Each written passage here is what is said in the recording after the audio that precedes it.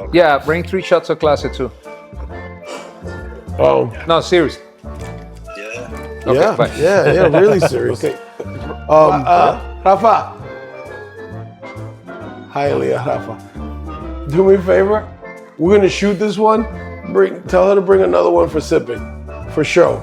You know what? and Just Rafa, you know what? Bring the bottle. To make it No, easier, bring the bottle. have So her way go it this shows way. that we have the bottle on the table. We recorded this 5 years ago. Fuck Shannon. Wait Cheers. till 7 to put it on and then you leave. Don't worry about it. Take it off. Please. If you have, like, I was just playing around. So like, well, we'll do like an accent for the first 30 minutes and then we'll go on for real. It's like, Hello. yeah, hi. Hello. You know, like shit like that. But Live from England. Hello. Sit down. like, we don't need Sarah no more, right? Well, we need her, but not here. Yeah. Yeah. Bye. Okay, Yo, later. cool. Rafa, make sure everybody out there shuts the fuck up. No, I don't want to go out and kick don't ass worry in the about it. middle of all this shit. But don't yell, shut the fuck up like that. This guy's gonna have to. You have a cutter for when you want to light that one? I cut it with my mouth, bro. Where I'm in the middle, Fuente is gonna be looking at me. Padron is gonna be looking at me. All these fucking guys don't use cutters. They use their. Kochi is gonna be looking at me. I'm just fucking out. I didn't bring anything. They all have farms. Do you have a farm? I have a punch. I have a punch. Yeah, exactly. I don't care. Yeah, I bite mine into a perfect V cut. So Wow, you're fucking talented, huh? Like these fucking. You guys are ever, you gonna know have to what? look If at you it. have that fucking gap in your tooth, that's what it would have been. That's what it would have been perfect for. You are tuning in to the Cigar Guys Podcast, where aficionados and newcomers alike gather to explore the vast cigar universe. Meet your host, Alexander Gonzalez, Mark Nikollaj, his big little brother Zachary Nikollaj, and Jared Burrows. So sit back, light up, and let's get the conversation started. But first, a quick word from our sponsors. What if every cigar was considered vintage? What if every cigar that we made was that perfect experience? And so that passion drove us to create Sans Pareil, a cigar without equal. The inspiration between Sans Pareil is 100% all about quality. Everything that we enjoy in our cigars, everything from the tasting notes to the burn, to the aroma, to the way the cigar lights, to the packaging, everything is focused on Sans Pareil cigars. And that's where we came up with our name, Sans Pareil, which is French for without equal, unparalleled. And we take every cigar that we make to that level, making sure that if it isn't something that inspires you to do something more, then it's not part of the portfolio, and that's what drives us every day. thank you guys for tuning in to another episode of the Cigar Guys Podcast. Jared and I are back here at Empire Social because we can't have a podcast at Empire Social without bringing on the gentlemen that make it happen every single day here. We have Byron and Alex, Who's the guys that make it happen? Well, us? That's you. Oh, shit. Oh, we All are. right, wait, damn. Make it okay. happen. and then we have some guys here. I don't know. That's some didn't know random fucking guys. I didn't know we were being recorded. I thought it's the only people that were here. Yeah. Just imagine that these guys make it happen here every day.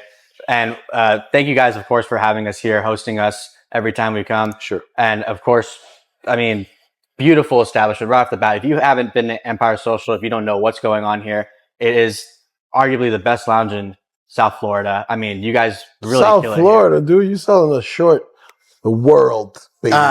Nice. I like Exactly. It. Exactly. I'm more of the humble guy, so I try to extend the humbleness, but let's be honest. I'm actually shy, but yeah, no, it's a good energy here. It's a Absolutely. good vibe. For sure. And welcome. Thank you guys. I mean, we appreciate this for real. No, I know absolutely. you guys have a lot of freaking viewers, man. A lot of loyal viewers. We do all right. And I think they're going to be very excited to see what we're talking about Absolutely. today. And before we get into it, I do want to give you guys a personal thank you for these cigars right here, which we were talking about before. Can't get these anywhere else. You got them here, maybe a few other places, but really, these are not on the market. Only 10 other places. Right, 10 places total. 10 if they places still have total. them.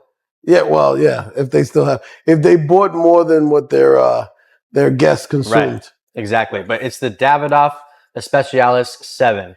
This is I believe it's pretty much a Robusto size, maybe a Toro size. It's a Robusto. It's a Robusto. Robusto. Okay. It has 7 leaves in it. And basically, we can talk about the event too. You guys were one of the 10 locations to have this specific Davidoff event. They brought the roller here to actually roll some of these cigars for you fresh. Yeah, you can share more about that. the 10 master rollers from Davidoff. There's only 9 other people like her that have been rolling. I think they said you have to have 10 years experience to even walk in as an apprentice roller in the Davidoff lounge, in the Davidoff factory. And she's been there for 20 plus years. Yeah. So there's 10 people in the world that roll these Royal Robustos, Royal Solomons, the Oro Blancos. And there also side job is quality control and watching this lady yesterday roll these cigars, like It's crazy. not one bad one in the bunch. I was like, wow, this. Which is crazy too, because there's a lot going on. There's a lot of people in here. Everyone's talking, trying to talk to the Davidoff team, whatever. She's essentially multitasking to roll these perfect cigars. Yes. With all the craziness that's going on. How many did you make yesterday? She made before they got here, they cured 150 cigars for the guests that bought tickets. And she made another 150. She rolled another that's about 150. Yeah. And that was over the course of what, maybe 2 or 3 hours? A couple of hours actually between. Yeah, Really impressive. Yeah, she started rolling at 7 and finished at 9:30. Somewhere around there, yeah. Well, I'll tell you what, I've rolled 2 cigars in my life, and it was really just putting the wrapper on. All the rest of the work was already done for me. The bunching and all the other stuff. No, yeah, of course. But I put that wrapper on, and let me tell you, it was the ugliest cigar I have ever seen. But you felt good though, right? No, I mean, I feel like for my first time, I was like, this is pretty cool. Like, I did a decent job. Obviously, I smoked it like 30 days later or something. Yeah. And it was decent. Nice. But yeah, I mean, you look at that, it's like, it looks nothing like this. It's not You know what? I mean, nothing. even if you don't smoke cigars, it's one of the few things that's still made by hand.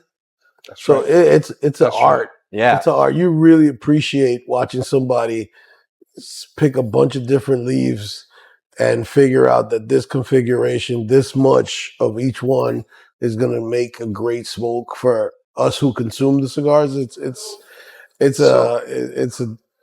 I've seen a lot of people roll cigars, right? I've been in a couple of factories in Dominican Republic, and you can tell the master level situation here with her. Yeah. Yeah. Like Yeah. whatever she was doing, it was very different from what I've seen. And It was just the insane. funny thing is, at Davidoff, she only does the final wrap. They have bunchers.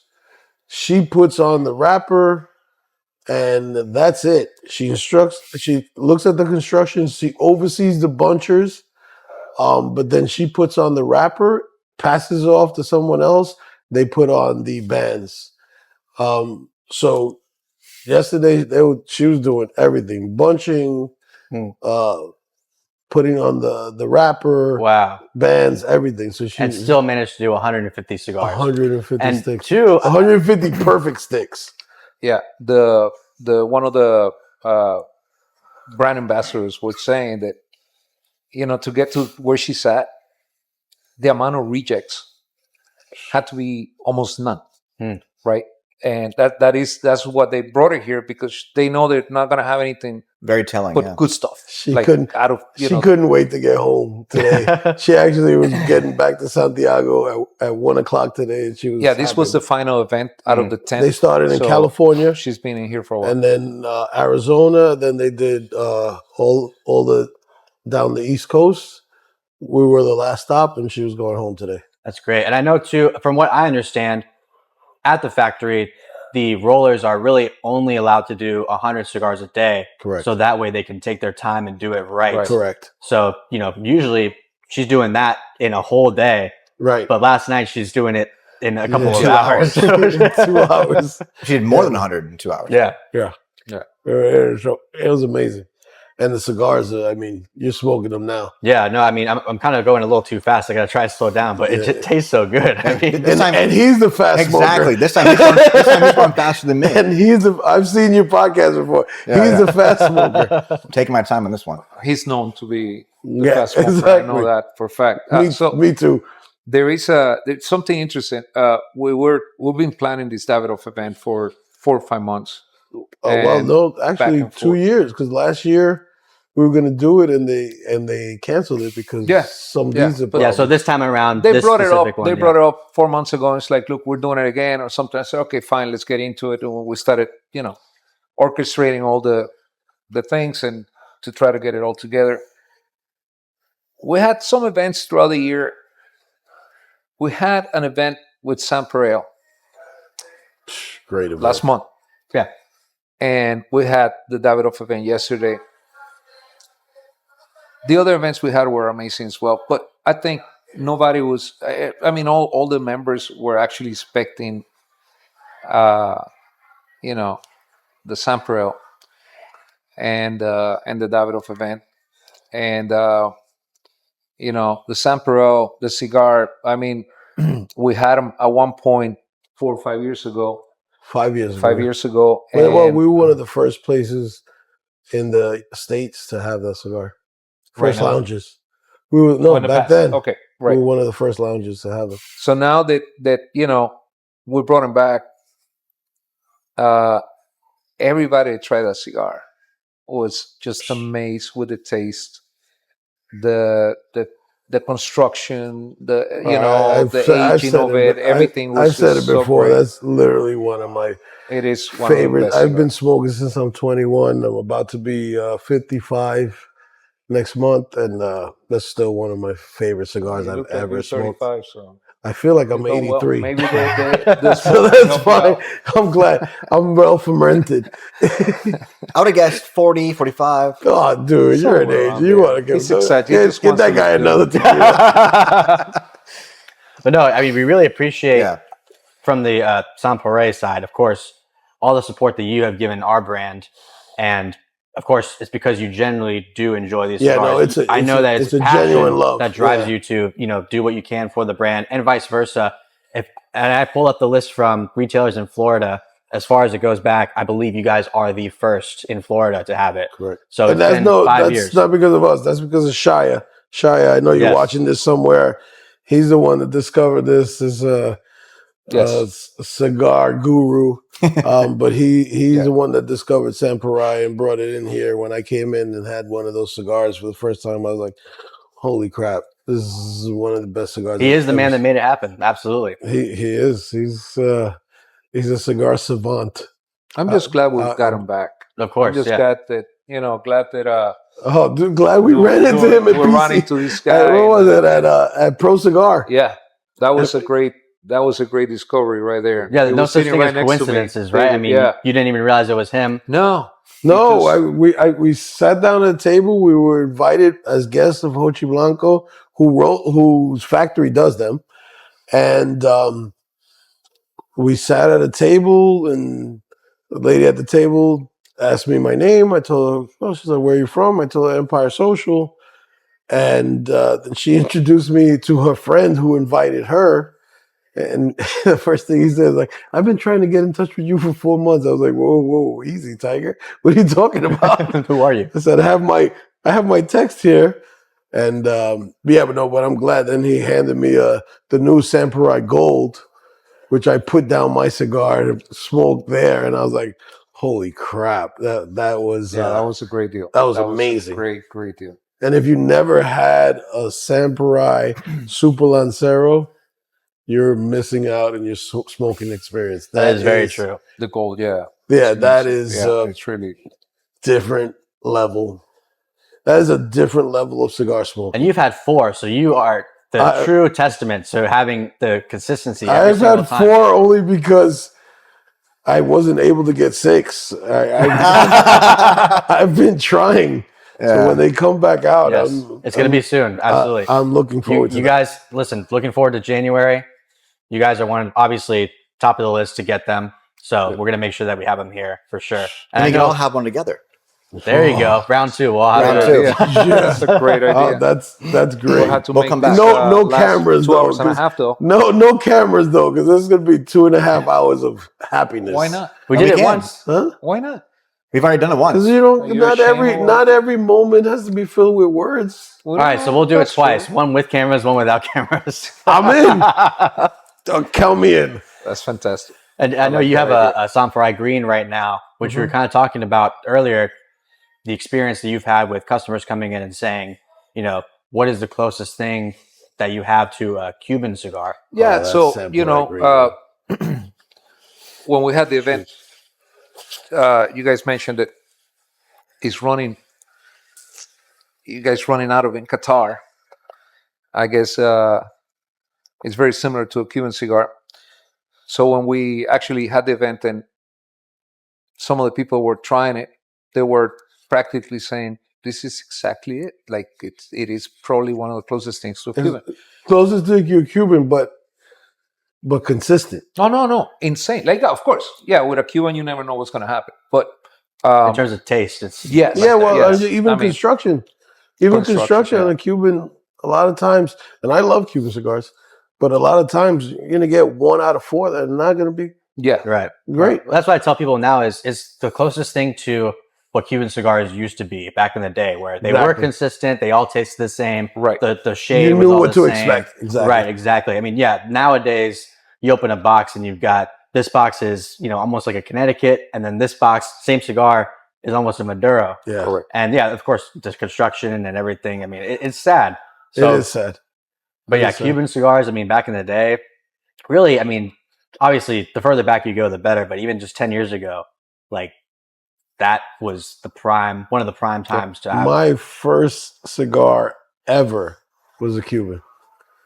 First cigar ever. Do you remember what specifically? Yeah, I won't forget it. It was I was in Aruba, my first vacation I paid for myself, 21 years old. I went for a week and I said, you know what? I have plenty of friends that smoke cigar. So let me try this shit. And I had a Cohiba Esplendido. And it was so relaxing. Like when you light up a cigar, it's like you can solve the world's problems. I mean, they start right back up after the cigar. You have at least a good hour or so. Yeah, to unwind, exhale, and blow out smoke, and then I was hooked on the feeling. I bought a box. I smoked it that whole week. Then I got back to New York and realized I can't get any more. Luckily, I had some friends, so I was able to get more. But yeah, to me, that's when I was hooked into the world and said, you know what, and I like this. And since I couldn't get them consistently, the cigar I went to actually was LFD. LFD never let me down. Great smoke, Dominican. I love those cigars. Yeah, absolutely. Still do. Yeah, They're LFD. great sticks. But then after becoming part of this group, I expanded my horizons a lot more. It was like Same here. I can walk in the humidor and grab whatever I want. I was like, why be stuck on one thing? And I taste everything. Nicaraguan makes great freaking sticks. Plasencia. I don't want to leave anybody out, but like Plasencia makes freaking. I love the Camachos. CAO. Aladino makes great sticks. There's just great sticks from everywhere. Yeah, that's true. Fuentes. I mean, there is one thing that happened when I kind of took over the humidor about 4 years ago. We were having the regular events like everywhere else. Some table, some swag, cut and light, whatever, boxes, whatever, and which are horrible. I hate that. Well, it is kind of like the industry's thing, It happens but in we little don't shops, do whatever. industry. We don't do the industry thing. No. You guys aren't standard. That's the thing. Yeah, I said, you know want- what? Why don't we try something else? Why don't we do it here in the members lounge. For the people that come every day. Just like we do with whiskeys, spirits in general. Exactly. I was like, why don't we do this and make it, bring the educational aspect on it, right? Have the blenders explain a little bit more. The owner, educate our members on, on the things that we don't see, the manufacturing of them. And through the years, I get a lot of our members coming back and say, you know what? I have learned so much about cigars because of these events that you're having, because we're seeing the other aspect of this, the manufacturing part. And it's funny because that was a great idea of Byron's. Also, Adrian was behind it 100%.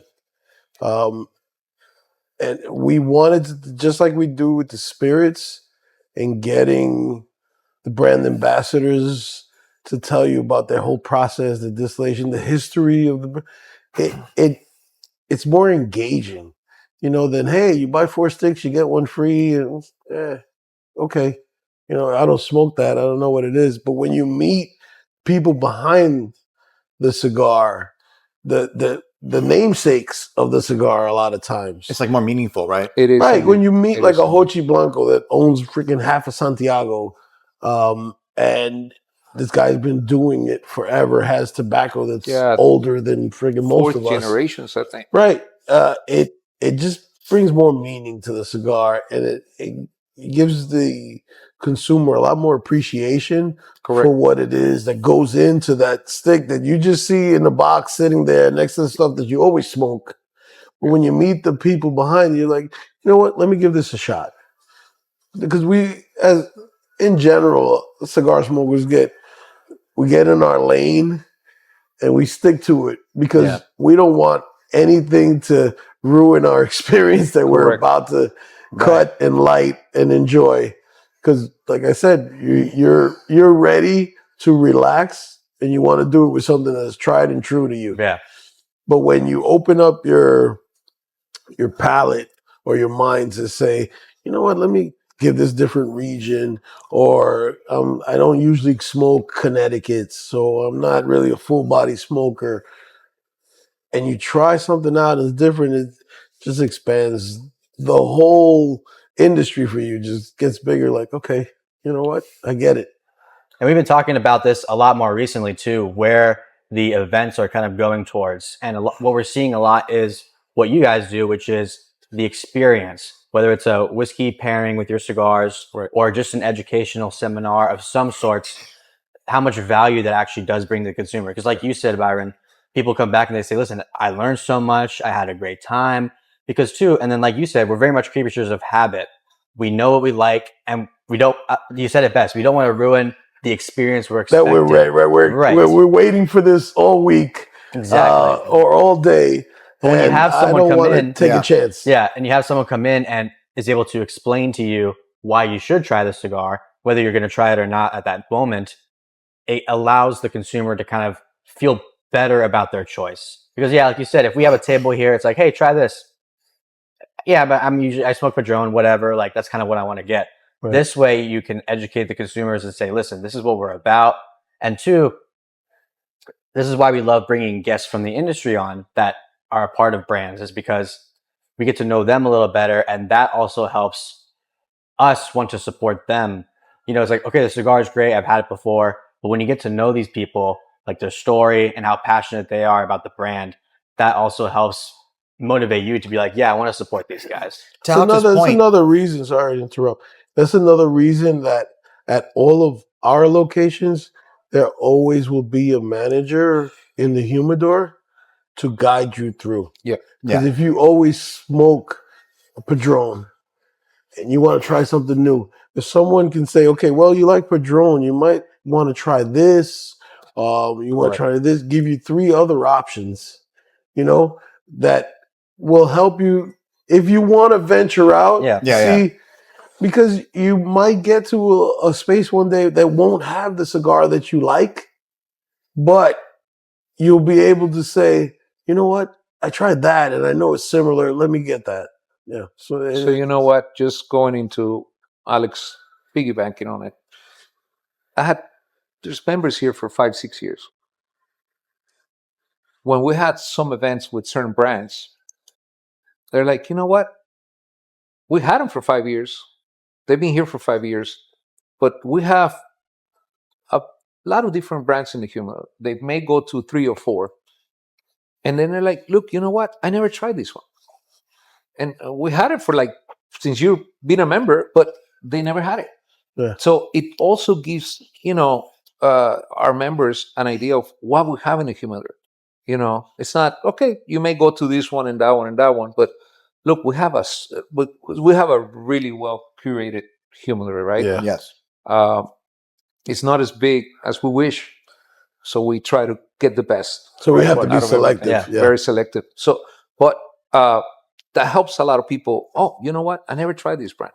I didn't know. I didn't even notice you carry it, because some of them just go and get, like you said, what they used Same to. thing So that they do. it helps a lot to just come into the humor. It's like, okay, let me get more familiarized with it. Let me get more into this brand, and it has helped a lot. For them to understand what's in the humor. No, for sure. To back And Alex's benefit. idea earlier is that I was going to say, I dislike the fact when you go into a cigar lounge and someone, or maybe no one's there, and they have a huge setup, a bunch of cigars you may have had before or you haven't, but there's no one there to educate you, tell you about it, and they're always offering a deal, but there's no one there to talk to you about it. There's no experience. Right. And especially if you have a great event like last night, you have an experience at an event and potentially a pairing, even though you had more of an event with a roller, which is even better. But doing all three, it really makes me want to come back. That's what we try to do makes a here. big But we difference. try to make, we don't, and I can take a line from Pete, who's one of the partners. We don't make cigars. We don't make spirits. We make experiences. We create experiences. Yes. That's what we do. And for us, it's all about getting individuals to come here. If we don't have something that you normally smoke, we want to introduce you to something new. If you want to try a spirit and venture past what you're used to, we have. If we don't have it, you shouldn't drink it first, because our bar is insane. But just opening people's experience and mind to different things while they chill out in a comfortable setting. It could be packed in here and you're still in an intimate setting. That's what we try to do at Empire. Of course, on all occasions. You guys been here at the bar.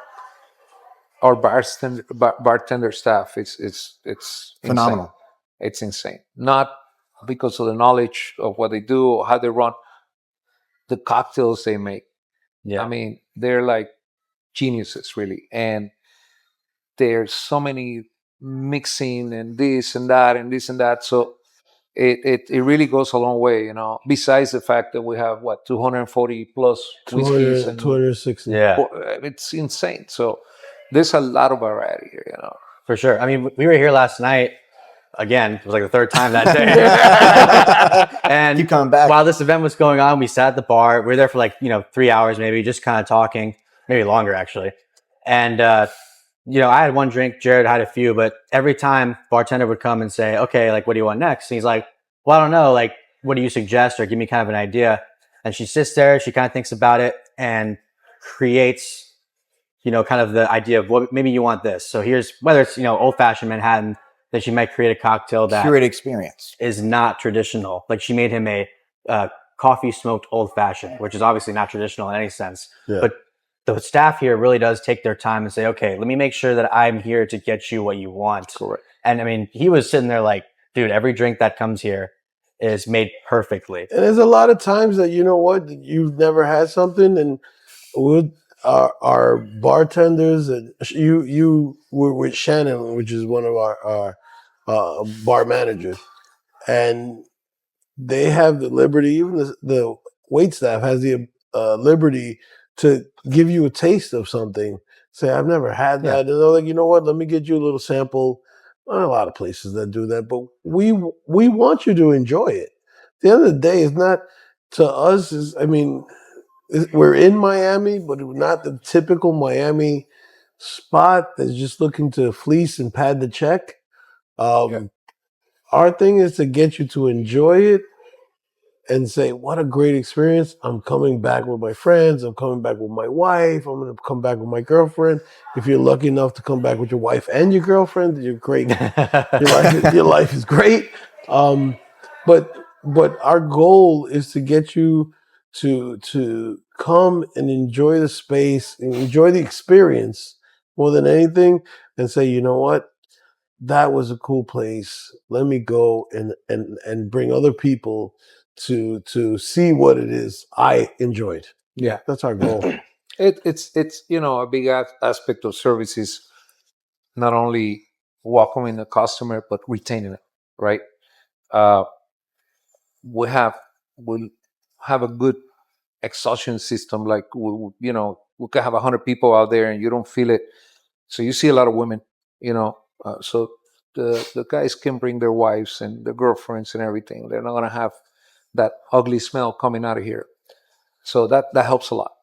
But yeah, we're really are focused on service mostly, to try to make sure everybody leaves, with an experience and comes back and enjoy the place. Obviously. No, of course. And kind of like you were saying about the tasting aspect, which I think there's nothing worse than, same thing with cigars, actually, kind of guessing a new cocktail. So to say like, oh, well, I'll try this liquor or whatever, and getting a whole drink and not enjoying it. Right. But having that aspect where it's like, listen, I'll let you try it first to make sure you do like it. Because if you don't like it, then I'm going to waste the drink anyway. So let me make sure I get you something that's good. Yeah. Like you get a little sip, like who cares? It's not like you're throwing money down the drain. Let's take care of the people, make sure they're getting what they want. Because they're going to like that one, get another one. And it's going to add to your experience. Right. Yeah. Right. It's going to add to your experience because somebody's taking the time to introduce you to something. It might not be your thing.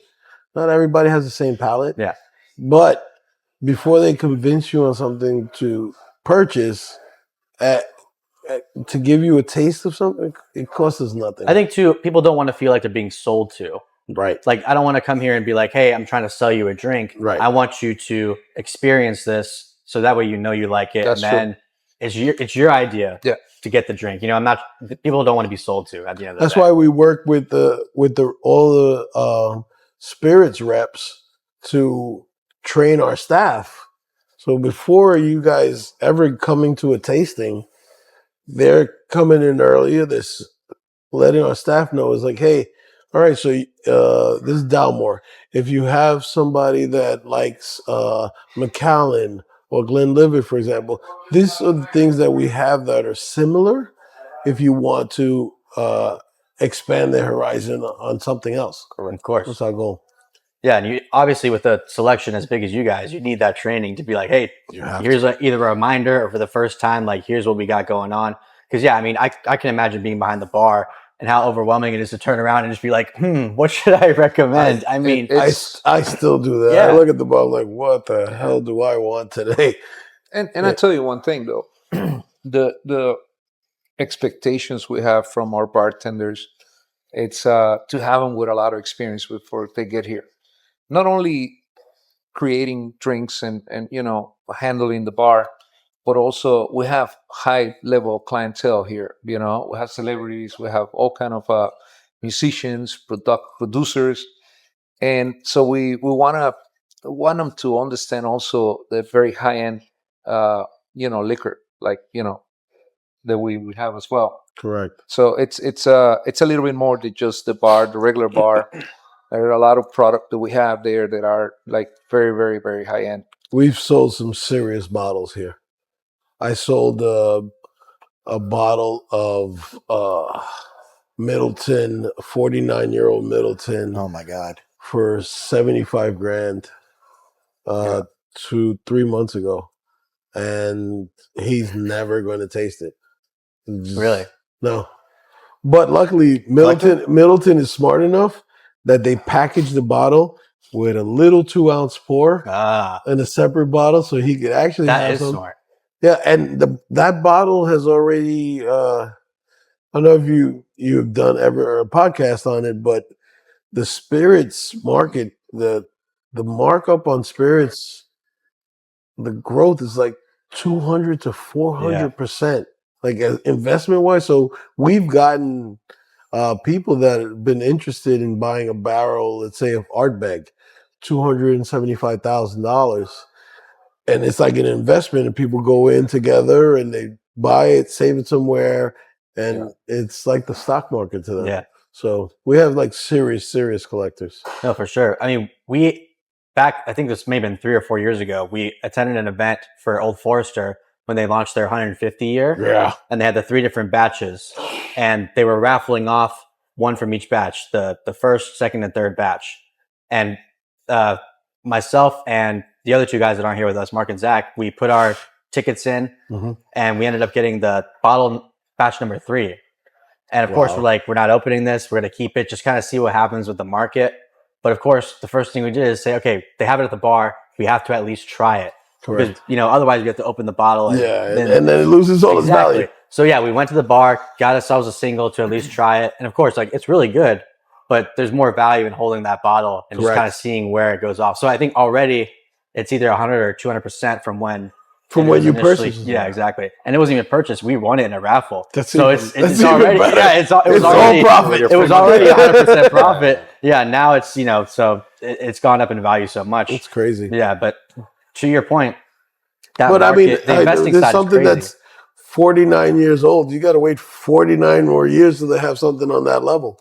Right. That's a long time. Oh my God.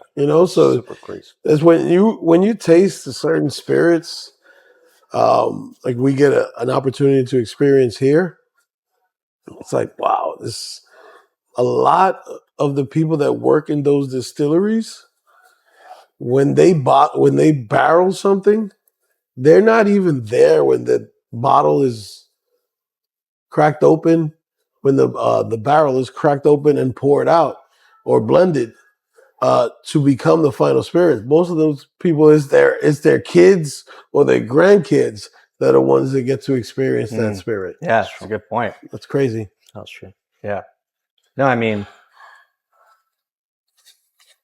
that's a great point. That's the time that it takes to create a product that's been aged for so long. Yeah, you might not even see the results. No. You don't get to see the results. The people that are their job is to nose these spirits and taste these spirits and decide what goes into what and what is going to be the final product. Right. And have that foresight to know that in 50 years. Yeah, in 50 years, in this barrel, if we keep it in this side of the rick house, it's going to be phenomenal. I won't be there to taste it, but I bet you it is. And that's got to be really rewarding for their family members that then grow up and join this. It's like, hey, my dad was part of this. Let me go taste it. And it's really interesting to hear those stories. It's amazing to hear those stories of people that their whole family, their whole lineage has worked for the same company, like a Middleton, like a Macallan, like a Dalmore that we had yesterday with the Davidoff event. There's people that their whole lineage has been in these rick houses, barreling this stuff or bottling this stuff or getting to taste this. It's not ready yet. Let's give it 10 more years. I'm retiring in 5, but I bet you in 10 more years, this is going to be where it has to be. It's crazy. Really interesting. Yeah. You got to appreciate the amount of work that goes into that, man. It's of course, dedication. Yeah. Because when we go to the bar and pour it in a glass and try it, it's just right there. It's ready. We didn't experience all the years of time, work, and patience that have gone into it. So it's like, just another drink for us sometimes, but to the people that created it, I mean, seeing that final result, if they are able to see that final result, has to be so rewarding because, I mean, you're looking back at 20, 30, however many years and just saying like, wow, it's finally here. Like when we have, let's say Lauren is the world ambassador for, I think that's his title. He'll correct me when I see him, for Glenfiddich Balvenie. And this guy goes all over the world talking about this. He's been there for over 20 years.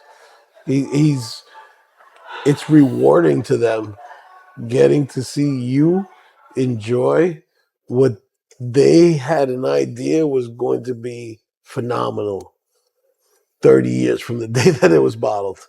Exactly. It's crazy. But It's crazy. it's interesting how, like you said, there's so much pride, and it's very interesting for all these manufacturers of all these things. But when you're on this final product, if you want to call it, right, at this stage where you come to have them,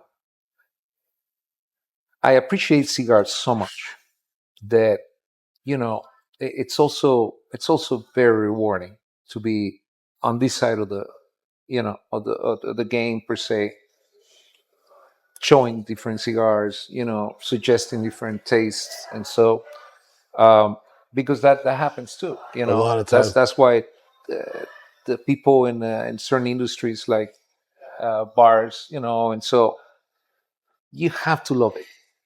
Yeah, You no, know, you have there's to a lot love of it. work involved. There's a lot of things that you have to be on, but you love it. Yeah. There's a passion to it, right? course. So because that same you know, Dedication. yeah, the same thing that happened at the beginning of it, you get it all the way to the end. Even selling that bottle, you know, Yeah, no, even to me, it's if we didn't rewarding. taste it, just being able to sell it, you know, being able to. Well, to when he experience cracks that all open, I'm going to taste it. Oh yeah, I hope I'm you going to do. be there I to hope taste you do. it. But 100%. you know what? It goes all the way from the beginning to the end. Yeah. When it's Yeah. when these are products that are with such a value and so Yeah, many years, the amount of and hard work aging that and goes everything. into the Right. the Samparai and like the Davidoff that we had, any one of the cigars, like these guys put a lot of blood, sweat, and tears into this stuff. 300 and, you know, hands. like, and when you have like recently we had the last couple of years, we had a couple of cigar places that burned down, and Factories, you mean? yeah, Like, factories like AJ's. Ventura Cigars bent down, and I mean that's a great guy, and everybody from Santiago came together to help them restart the factory. Hochi Blanco was one of those people, the main one. Like such close knit communities. It's a family over Yeah, there. it's a family, and it's cool to see that. I mean, it's so rare today. Everybody's about themselves, and when you see like the cigars and the spirit side of it, these guys work together all the time. They to them it's like you have your customers, I have my customers. You know, I want to make the best product I make. You make the best product you make. They don't have that rivalry that you think is out there. It's actually the opposite. Like you said, they come together and they help each other when they need to. I mean, it's one of the biggest family operations, the cigar industry, correct, that we've ever seen, really. And like you said, that Pro Cigar Group is like it's phenomenal. It's a family. Yeah. Everybody in Santiago that has to do with Dominican cigars gets together, puts together rules, puts together standards.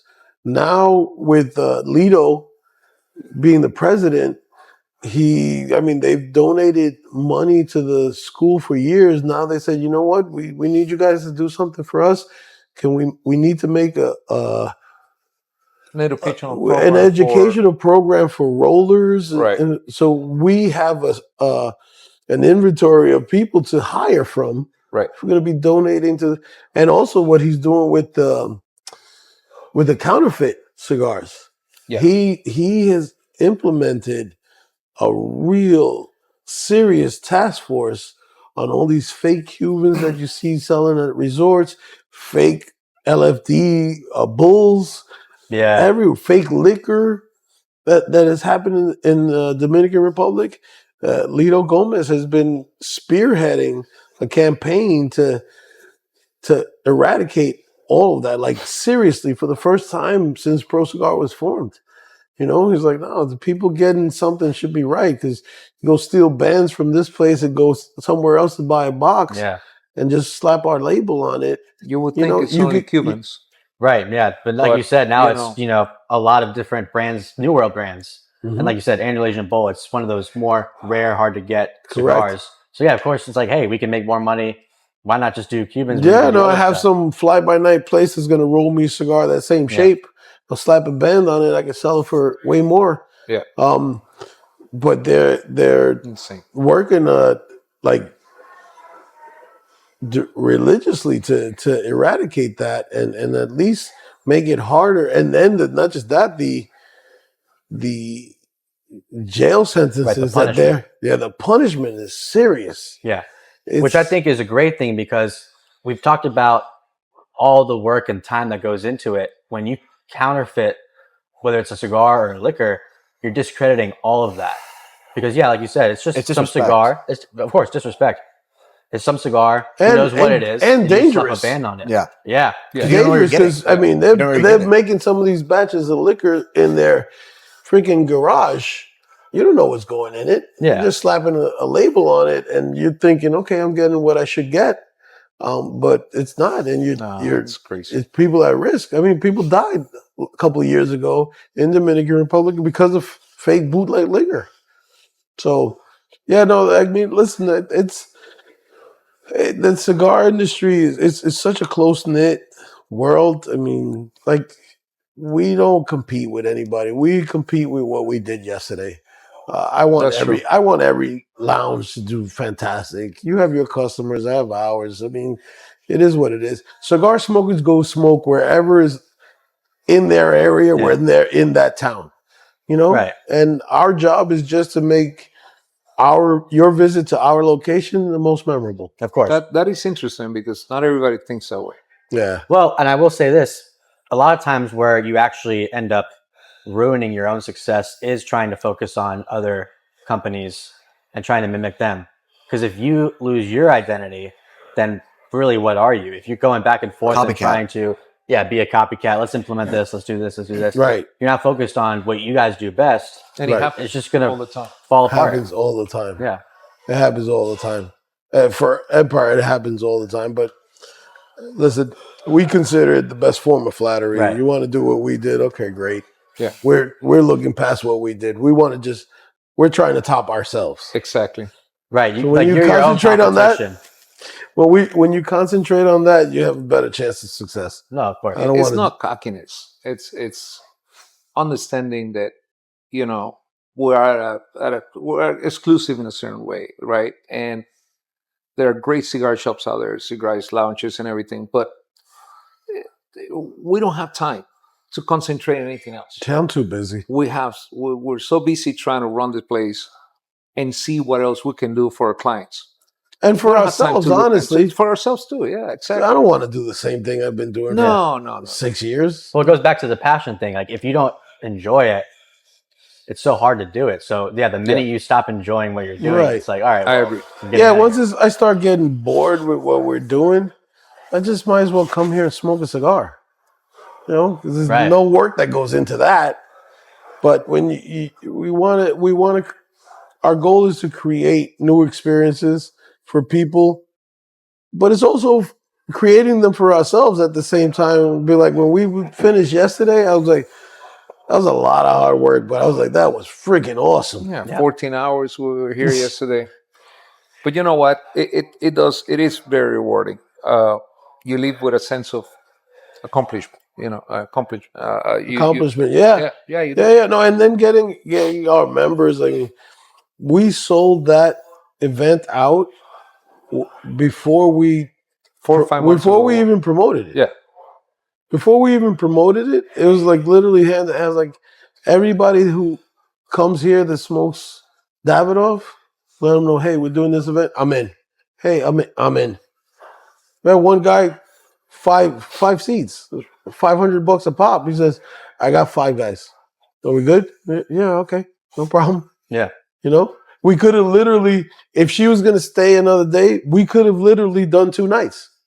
Oh, yeah. Yeah. And at that point, you're just promoting it to keep the hype, basically. Because, like, listen, we're already sold out. Yeah, we're just getting you guys we're just letting you know what's happening. Yeah, exactly. We're letting you know what you missed out on. Oh, yeah, that's it. If I knew she'd stay another night, me and Alex would have stayed another night.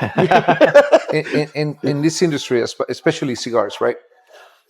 The hype, it's a big deal. Now that you mention it, right? This company is coming out with a new cigar. We know about PCA, right? We know about the new cigar that's coming out. Sometimes even before our clients do.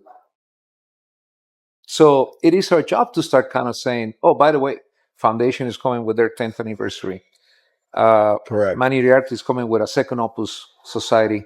Yeah, Oh, you know what? Which I can't Remember wait the to one try. you had? Oh man, it was amazing. Okay, they're coming out with a new one, and this and that, and coming back from PCA, you start creating that hype. From the things you've seen over there, the different products that are going to be coming out that year, and you get everybody all ready. They're highly anticipating events. Yeah, you get them hyped up about stuff that's coming out. The Davidoff, every event we have, we're kind of like we work with them mentally for 2-3 months in advance, and and it works. I honestly think that when we get Samurai Super Lanceros, we're gonna be sold out. Oh Yeah. no, we look, Guaranteed, guaranteed, because it is. I have honestly myself hyped it up so much. I don't think I'm gonna get enough for me, because just speaking honestly, like this cigar is phenomenal. Alex won't let that happen. And once you get him in, I'll be sure to be here. I'll be here. Good. That's the reason I'm on this podcast. It's a satisfaction along with the accomplishment. It's part of the reward. You try a cigar and you love it so much, and then you start talking about it, and everybody's like, nah, I want to try this. Like we were talking the other day, people come into the humor. It's like, hey, what's this? Nah, don't worry about it. Kind of like, this is like very complex. If you don't have the palate, it's maybe a sales tactic, whatever you want. But I don't know if I could get you one. I don't. You know what? This is a little bit of a. Now I want it. But it's kind of like a hype. It's kind of a thing that you're like, this is very, very ultra premium. Like you sure, and it costs this much, and they're like, I don't care. I want it. Yeah. And good thing is We know what we have the clientele, so too. we know that people are going to be extremely satisfied. Like I told you with the green Sampurel, I had clients recently, like 2-3 weeks ago. They came in as like, look, I know you don't have Cubans, but what's the closest you think? I said, look, this right here. Are you sure? I said, yes. Man, And Byron has literally $50 gone out on a limb. He's like, you smoke, take a few puffs. Yeah. If you don't like it, put it out. I'll get you something new. Yeah, That's we'll the do closest that. I can We're get. like, you know Of what? course. Give it a try. 30 minutes later, one of them comes back. He's like, give me 3 more. We love it, dude. They're better than Cubans. So you get that, So, Yeah. but we know that what's behind it because we tried it. We course, know it's good product, so we're not trying to sell anything that it's not, per se, well done. Yeah. But it's we're not we know promoting what crap. we have exactly. Yeah, we 'cause know that's your what we reputation have. too. It's like, oh, this guy told me to try this cigar, Yeah, and it tastes like he don't dog know what shit. the Like, fuck he's talking about. yeah, they're never going to trust you again. Yeah, So yeah, exactly. of course, you're giving the recommendation not just because you're selling it, but because this is something really good. Here, I want you to experience. Yeah, and the goal is like we enjoyed it. So if we know what you're smoking, I think you'll enjoy it too. There's a thing that we have. It's sort of like a strategy, right? You come with a new cigar, and we're like, well, okay, you know what? Give me 4. Okay. So Alex has one. I have one. We have Rafa and Miguel. He's been in the industry for like 40 years. I think Miguel was actually there when they found the first tobacco leaf and the first weed, and the first weed plant. It's like, Miguel what do we do? worked with Christian Aurora. He worked with a bunch of different people. He had his own store. He's been in the industry forever. I mean, everybody knows Miguel. And then we have Rafael Nodal's son working with us, which help us manage the establishment. And these guys, they've been smoking forever, right? So what we do is we do a test. Say, listen, try this. We don't tell them anything. Try this, try this, try this, try this. Yeah, we all get together. And then we're like, stick. what do you think? This is amazing. Wow, this is a really good cigar, Byron. What do you think, Alex? Fantastic. Okay, you know what, Alex? This is the company. This is the background. This is what they want. This is the MSRP. Let's make a decision, because before we even do anything, we try it within ourselves. To see, what we don't how good it like, is. and we get this all the time as retails, what happens here with Empire and any big name brand lounge, a lot of cigar reps will come in here saying, hey, if I get into Empire, I'll be able to get into 6, 7 mom and pop shops, which all of us shop at. Which is true. Which is true, but by the same token, they don't understand. Like, a cigar should be able to speak for itself. Yeah. If you got to sell it too much, it's crap. Yeah. It's most likely you're selling me your dog. Well, I like what you just said. It's the truth. Yeah. But I like what you said, where you try it first, experience it for what it is, so you can, first of all, say, okay, this was great. I know the value of the cigar itself. Right. Now we'll talk about the details, like how much it costs, Right. what the history is, whatever. But yeah, the first things first, The space is try it for what it is. And what Space is limited expectations in our they have, humidor. because a lot of people come and say, look, we have 10 boxes. We have to have 10 facings out there in order for us to have a relationship with you. We don't have space. So there are other things that And could, also, you know, a $7 stick won't sell here. I mean, it is what it is. Yeah. A $7 stick will stay there forever. Yeah. Because it's not our clientele. Of course. You know, there's great $7 cigars, but they won't sell here. So if you're making me take 4 or 5 dogs to get the cigar that I know will move here, it's not a library. Right. that's true. At the end of the day, we have to flip sticks. You know, the goal is to sell them, not Right. I don't want to age them for you. You know, I want to get something that's going to move and you're going to enjoy. If I have to take 4 or 5 of your dogs to get the one that I know is going to move in our space, it doesn't really work for us. Yeah. We don't have an online presence yet.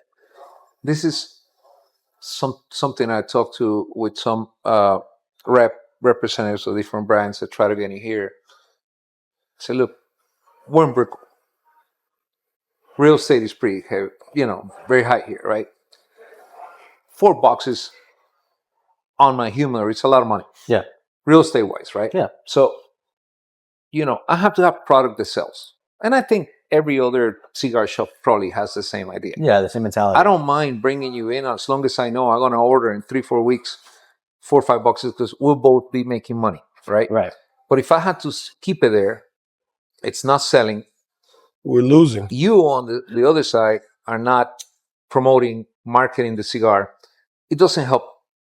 So there's a lot to do with what they have to do for us to actually sell it, right?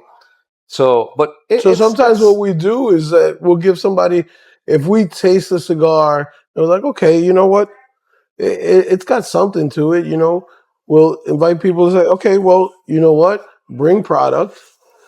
We'll do a members tasting. We'll comp a welcome cocktail, some type of spirit, so to make it an actual event. And if our members get behind it, Yeah. then it's easy. It's easy enough Like to a do soft launch. Right. Yeah, it's easy enough to do if the members get behind it, they pay for a membership. If they like your cigars, they're going to be asking for the cigars. Well, we'll be losing money if we don't have them. correct. So, but if you got to stand behind your product, Yeah. it's easy to say, oh, can you put me in your, I know plenty of guys that are in the industry. They know better than to just ask me to put something in the humidor. I won't do that. I won't do it for anybody. Because to me, the cigar has to speak for itself. If I smoke it, I'm like, holy shit, what is this? This is great. Well, then there's the likelihood that a lot more people are going to enjoy it as well. Not everybody has the same palate, but if we get an option to choose what we're going to have in that humidor, which is space is limited, then I want it to be something that's going to move and also create a good experience for someone. Just having a cigar to take up a spot, there's something else that I know will sell that could be in that spot. Yeah. Well, like you said, It's I mean, tough. it's a two-way streak. It's not one-sided. You said if someone comes in and says, listen, if I'm here, I can get into other shops. Well, cool. Am I doing you a favor? Exactly. Essentially, because I have to make money too. It has to be successful here. Right. I can't just do you a favor and then have it sit here Forever. just so you can go. So and you can sell say, to hey, the I have other my places. cigars at Empire. Yeah. I look at it like this. There are a lot of great cigars coming out all the time. There's a lot of great manufactured cigars, really. And the problem most of us have, it's space. Truly, there are really good cigars coming out, but unfortunately, Space is limited. Space is very limited. So and it's expensive. It's a little tough. It's a little tough. Everything let you me make borrow space your for, Oh, yeah. you're moving somebody else out of the way. But yeah, and two, and before we were talking about this before the show, you said there's roughly 16,000 locations across the United States. Mm-hmm. And no one brand is going to be in all the shops because, kind of what you were saying earlier, there's great $7 cigars, but they won't work here. Right. There's great $40 cigars, but they won't work at this location. Correct. Because the clientele is different everywhere you go. Some people want to spend $30+ on a cigar. They won't spend anything less. And there's some people that won't spend more than 10. Right. So you're not going to have a brand that's in every shop. You have to understand and be okay with the fact that this brand works great here and it doesn't work good here. But then this brand works good here and not there. So I'm also a big believer that word of mouth, right? Because like if I see an advertisement, which is very rare because you really can't advertise tobacco. If my friend says to try a cigar, I believe them 100%. If I see a rep say it and I get educated on it, I'm going to try it. Same. If I walk into a cigar lounge by myself, it's more risky, but it's also a little exciting. I discovered something new for myself. That's the end goal, but may not always happen, right? Yeah, more likely than not that it doesn't. Yeah. But it goes back to what we were saying where you have to have someone here that's going to go in the humidor and be that recommender for you. Because, like if I don't tell him, hey, you should try this, he's walking in here blind. What do I get? Or get the same thing over and over. Right. Correct. Yeah. Correct. But you have someone here that says, here's a few recommendations. What do you usually smoke? All right. Right. And then they're all different price ranges. Yeah. They're all different price ranges. Okay, so you like medium body? I have Flor de las Antillas. I have a bunch of different cigars in that palette that you should try. And they're all different price ranges from 15, 23, you know what I'm saying? Anywhere, then you can choose what you want to spend that day to try something new. And we here, we don't have cut fees because we're all smokers. We hate that when we go to a place and they have a cut fee. Every cigar smoker usually has a stick with them. Yeah. If an educated smoker is going to say, okay, I'm going to smoke what I want. I'm going to purchase something here, or I'll purchase a beverage. We don't try to. If you get at the door, you're starting somebody with we have a cut fee because you're already you got to recover that person as soon as they walk in. You feel like eyes are on you. Yeah. So when you bring that one stick with you, it's like a safety stick. So just in case you have a backup. Yes. Every real cigar smoker has their own stick with them when they're in the lounge. The cut fee makes sense at a place that only sells cigars. So if you're going to a lounge that only sells cigars, but you're only bringing your own cigars, then you're not patronizing. Yeah, right. So that's a completely different story. And you're taking up a seat that somebody else might be spending. But for example, like we come here, I might bring my own cigar, but I'm going to have a drink and patronize regardless. So there's exceptions to that. But of course, you have a full bar. Maybe some places have food. So as long as you're patronizing in some way, then of course, like you said, you're supporting we're all the business. Cigar smokers. We know what we like. If you don't have a cigar that I like, that's okay. I'm still going to get a drink. Right. Because I'll find something, especially at this bar, I'll find something that I like. We don't have it. You shouldn't drink it. Yeah. Now that you mentioned true cigar smokers, right? The benefit of having somebody inside the humidor, it's also not just saying, okay, you know what? You're looking for a mild cigar. Okay, try this, try that. You want a medium. Because there's all levels, right? But a true cigar smoker is going to say, I know all these cigars. What do you have new? I have this one. It's manufactured in Nicaragua. It uses this. It uses that. It uses this. That's when it's actually even better. Yeah. When actually a true smoker, somebody that's, smokes every day. They're not know-it-alls. They want to try something different and they want to know a little bit more about the cigar. Yeah. And so that is a or big be help introduced to something new that they haven't had there. Right. Yeah. Well, even like a lot of times what I do, especially when I'm traveling to different places, is I might ask, okay, well, do you have either like house cigars or something that no one else has? Right. Because sure, I might find something where this is the only place I can get it. Right. So you get one. If you really like it, cool. You got 3 more to leave with. Correct. Now you have something that you can't get anywhere else. Correct. Because you don't know what you're missing out on if you don't ask. Yeah. So I like that when you say, a real cigar smoker isn't afraid to admit that they don't know everything. Yeah. Because too, also we said earlier, how many new brands come out every year? There's always gonna be something new. All the time. 1% make it. Okay, so 2 years from now, I walk into the lounge. I've never heard of this cigar. All right, tell me about it. This is one of the guys that came out 2 years ago that's making it. Mm-hmm. But if I don't ask those questions, I would have never known, and I might be missing out on a Sampore or a Don Emmanuel, Correct. something like that. Correct. Right. Like, for example, like Ventura cigars. Yeah. I love everything I've tried that my buddy Paulie has put me on to has been fantastic. We just don't have the space right now. So in the future, we're going to make some space to put them in there. Yeah. Because we're all out there smoking all the time. Yeah. We're all out there and we get handed cigars. How many times do you get handed a cigar? All the time. All the time. Every day. Yeah, correct. Same. I get handed cigars every day. When I get a chance to sit back and try something new, I'm like, oh boy, I'll take a picture of that band. I'll look it up, and then I was like, okay, let me get the guys a couple of these cigars. The hardest part is when somebody gives you a cigar, you try it, you love it, and you're like, who reps this? Yeah, there's no rep. There's no rep. Because the guy that gave it to me probably doesn't know, and it's like, all right, this is an interesting cigar. I like to. What do I do now? Like to, Yeah, right. How do I get this? And you can Google the brand name, and you'll see probably who's manufacturing or whatever. But sometimes who's the rep? Right. Who's repping this? Sometimes you don't. You can't find it. Sometimes you can. Yeah. And right now is not what we get a lot in this industry. You don't get a lot of reps that make it to each place. That come. The liquor reps are here all the freaking time. All the time. Anytime you want to do something, they're ready to support. There's not that much money in the cigar industry yet that they can say, hey, I want to do a buyback. I want to do something where in the cigar industry it's almost like, hey, can you carry my stick? Like, well, but I don't even know what your stick is. I won't mention the name, but I had a cigar family once give me a cigar, and it was the first cigar ever, and I've smoked since I'm 21.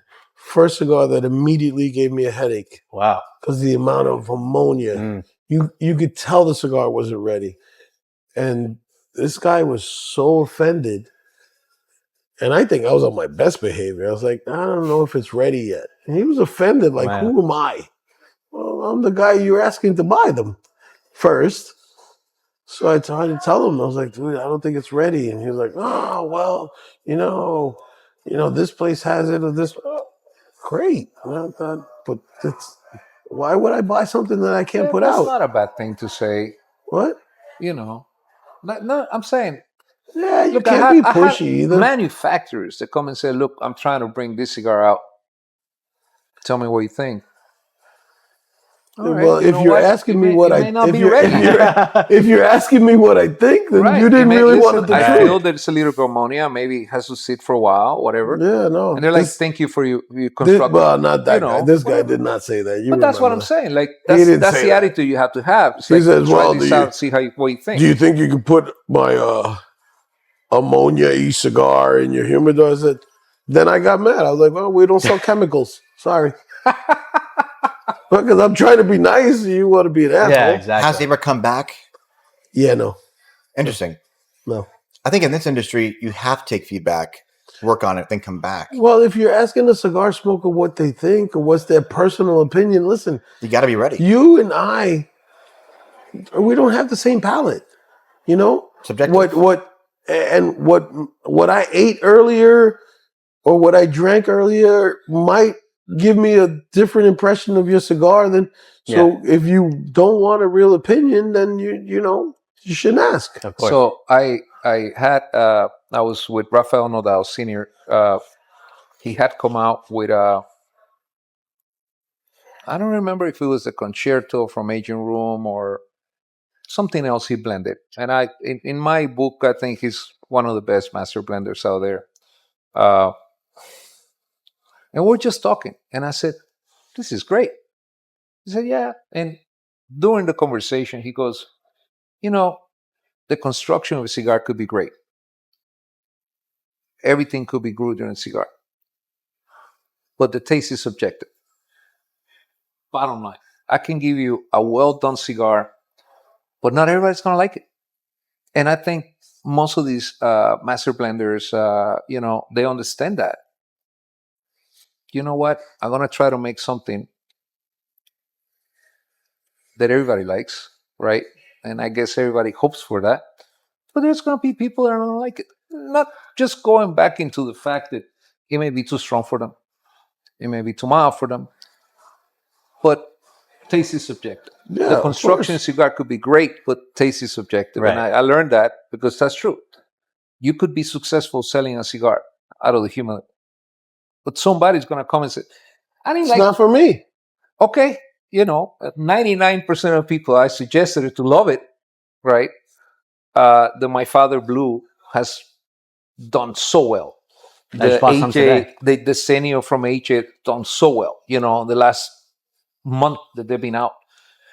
But you could have somebody say, you know what, I don't really care much about the cigar. What Fine, was let me give you something else. cigar of the year last year? My Father, the Judge. No, not the Judge. Yeah, It was and the- in Cigar Aficionado. previous to that, it was the. I Trying don't to remember think. that far back. I know, yeah. Like There's they so all many. blend together too. I I It's have like- a hard time remembering yesterday. Who makes the encore? The Pledge. oh, okay, yeah. Pledge. Right. It's. I didn't enjoy it, but people love it. Oh, yeah. That doesn't mean it's not a great cigar. No, Like, just everybody because has you a didn't taste. like it. Yeah, just because I didn't like it, I don't go by that. I just No. Yeah. know that it's not my Ernesto makes now, amazing cigars. in all that the same time. line, if you give me an encore, Yeah. I'll smoke a whole box by myself. Right. And I'm a full body smoker, but I enjoy an encore. Yeah. And the Pledge is just, to me, I didn't enjoy it. But it doesn't make me wrong and you right. Right. It's just say, hey, we're different. But some people like different wines. Some people like different whiskeys, different tequilas. Yeah. It's we're all. It's everybody. It's an individual palate.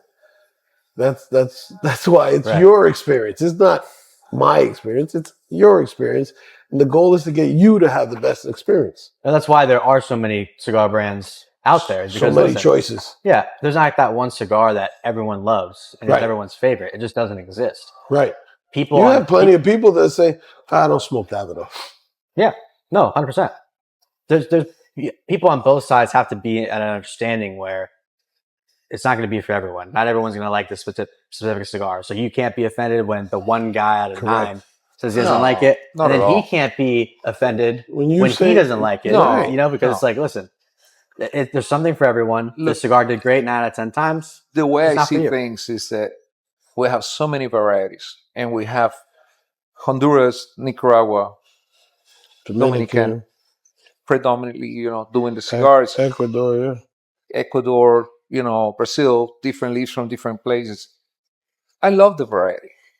And, the Nicaraguan cigars, they have that volcanic, earthy, Minerally, taste in yeah, it. mineral. Exactly, minerals. And so most of the Dominican cigars are a little bit more, Mild. tropical per se, milder, like medium, and I love that.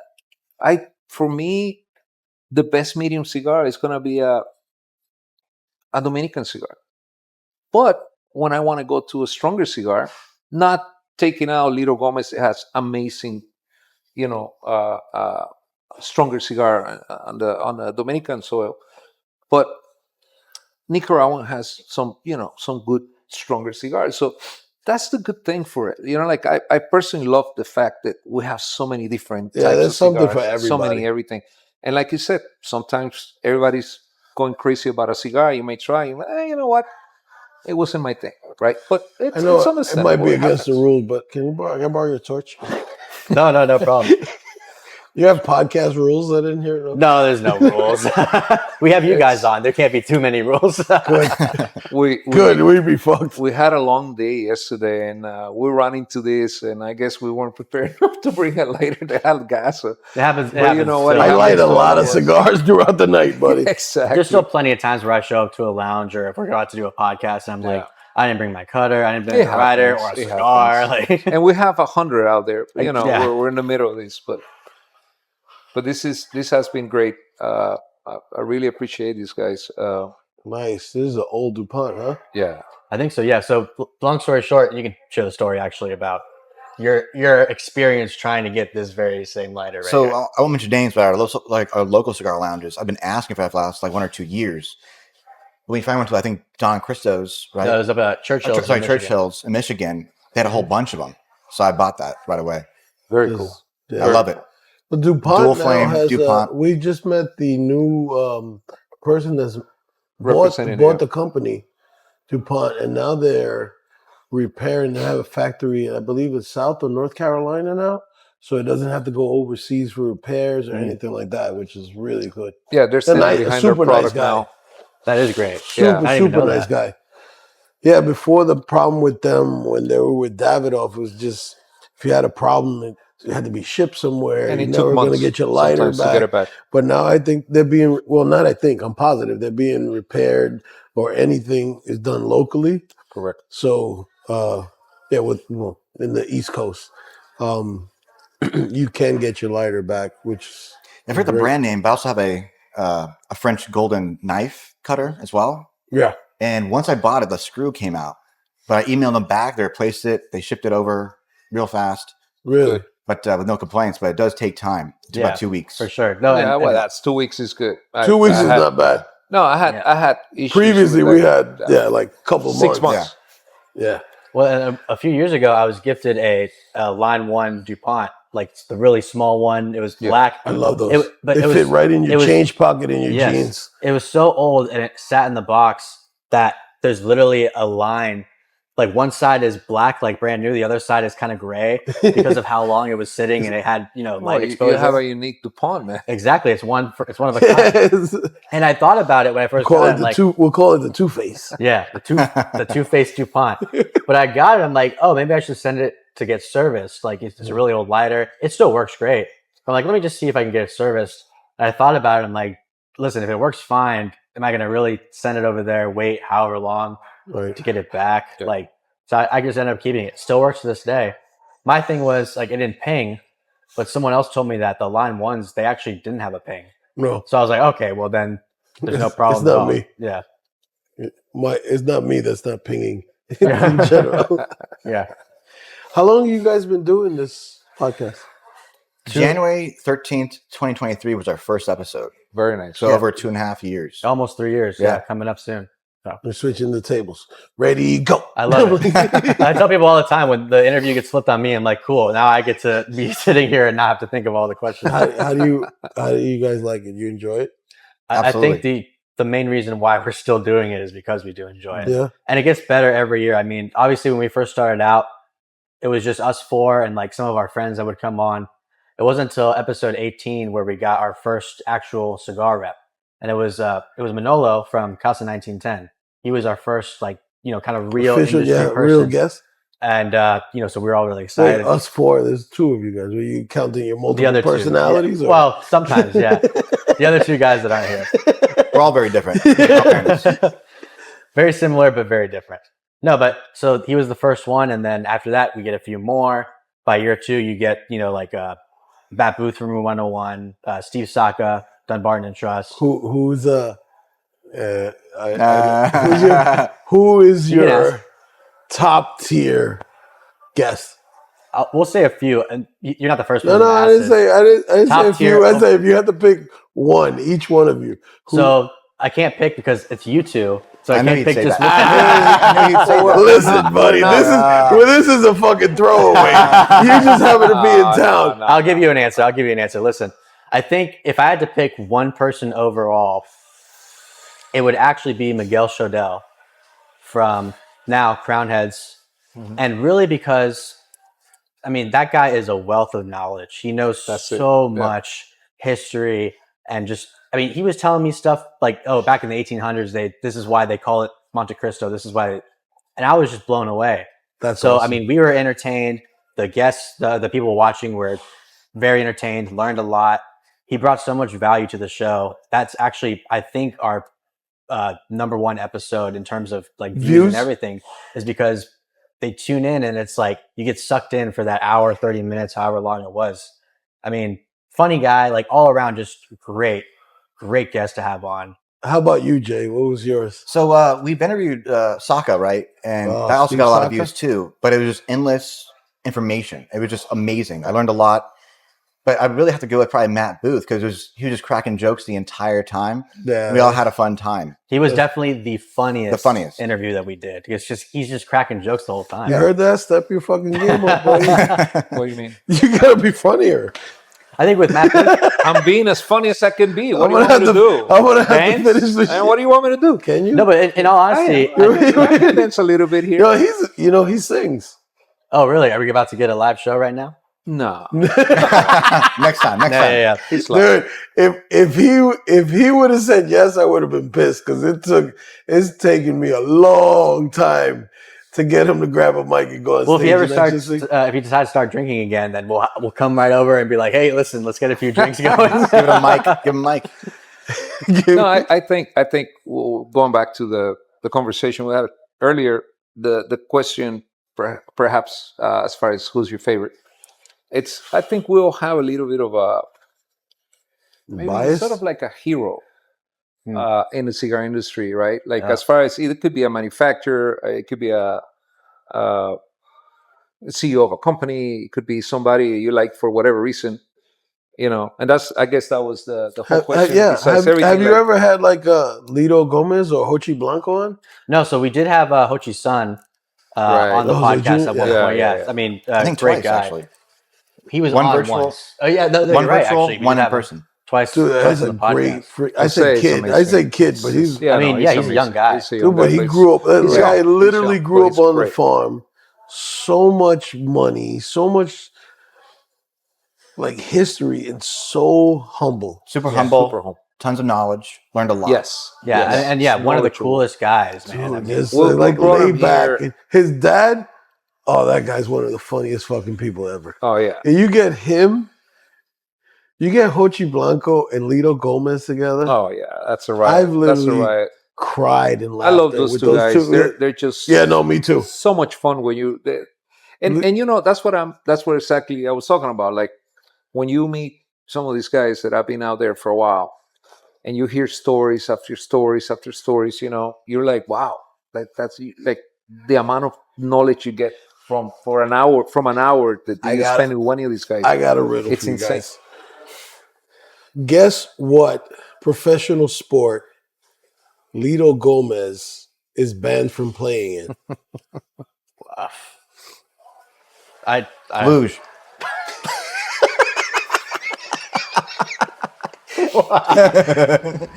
Is luge officially in the fucking sport? The Olympics? What are you, Canadian? What are you gonna say? Like ice skating next? Yeah. I was gonna say hockey next. All right, well then, fine. Lido Gomez is banned from FIFA. Like attending? No, from playing. Oh, really? He was on. And Lido, I'm sorry, I'm saying your story, but it's funny. Lido Gomez. We recently had a tour for our members of the factory and the farm, and every day we sat and ate with Lido, Tony, and Lido Jr. every day. We spent the whole day with these guys. Amazing. We're doing it again for our members soon. But Lido Gomez says, that he was banned from FIFA. I was like, whoa, go. You got to rewind that. First of all, I didn't even know you played soccer. So he was, I guess, what you would call it, like AAA in FIFA. Player with big career on his way, and he beat up a ref. I was like, what do you mean you beat him up? Like, you found him on the street or something? He says, no. He disrespecting me. And this guy was a well-known motherfucker. Everybody knew so he insulted me and like, kick his ass. I'm like, what do you mean? He says, right on the field, like, kick his ass. I love it. He banned from FIFA, moved to Canada, had his first cigar because he was waitressing at a place. Well, actually, no, he started washing dishes, worked his way up to be a bar back, was trying to be a waiter, finally got the chance because a couple of people called off sick one day. He killed it, and his then boss, the GM, once he completed a fantastic night, handed him his first cigar ever, Monte Cristo No. 2. He smoked it on his walk home, feeling like he conquered the world. And what he says, which is touching, every day he walks into his factory or on his field, he feels exactly the way he did that first night he had a cigar. Wow. That's, mate, dude, I'm telling you, you gotta get him on here. That guy, you would have to have 2 segments because him and Hochi Blanco, I would think just those guys. It's hard to get certain people in the show because I guess the bigger the company, they don't have time. Hochi has the farm, the Yeah. factory, the commercial aspect of the whole operation, and it's so much, like sometimes it's kind of hard to get, Well, it's hard for us to get them to come and do an event. Yeah. So Yeah, it's Well, really, too, sometimes they don't want to do it. Like, they want to be on camera or whatever. Like, and even, someone like Hochi, who's really been behind the scenes for so long, like, that's just who he is. he wants like, to put his son out there. Yeah, that. But too, No, I mean, he's so he likes great. to stay over there Yeah. taking care of his business. He Right. goes So you out- guys are gonna have to go to Fine. Santiago. I see a Santiago. Exactly.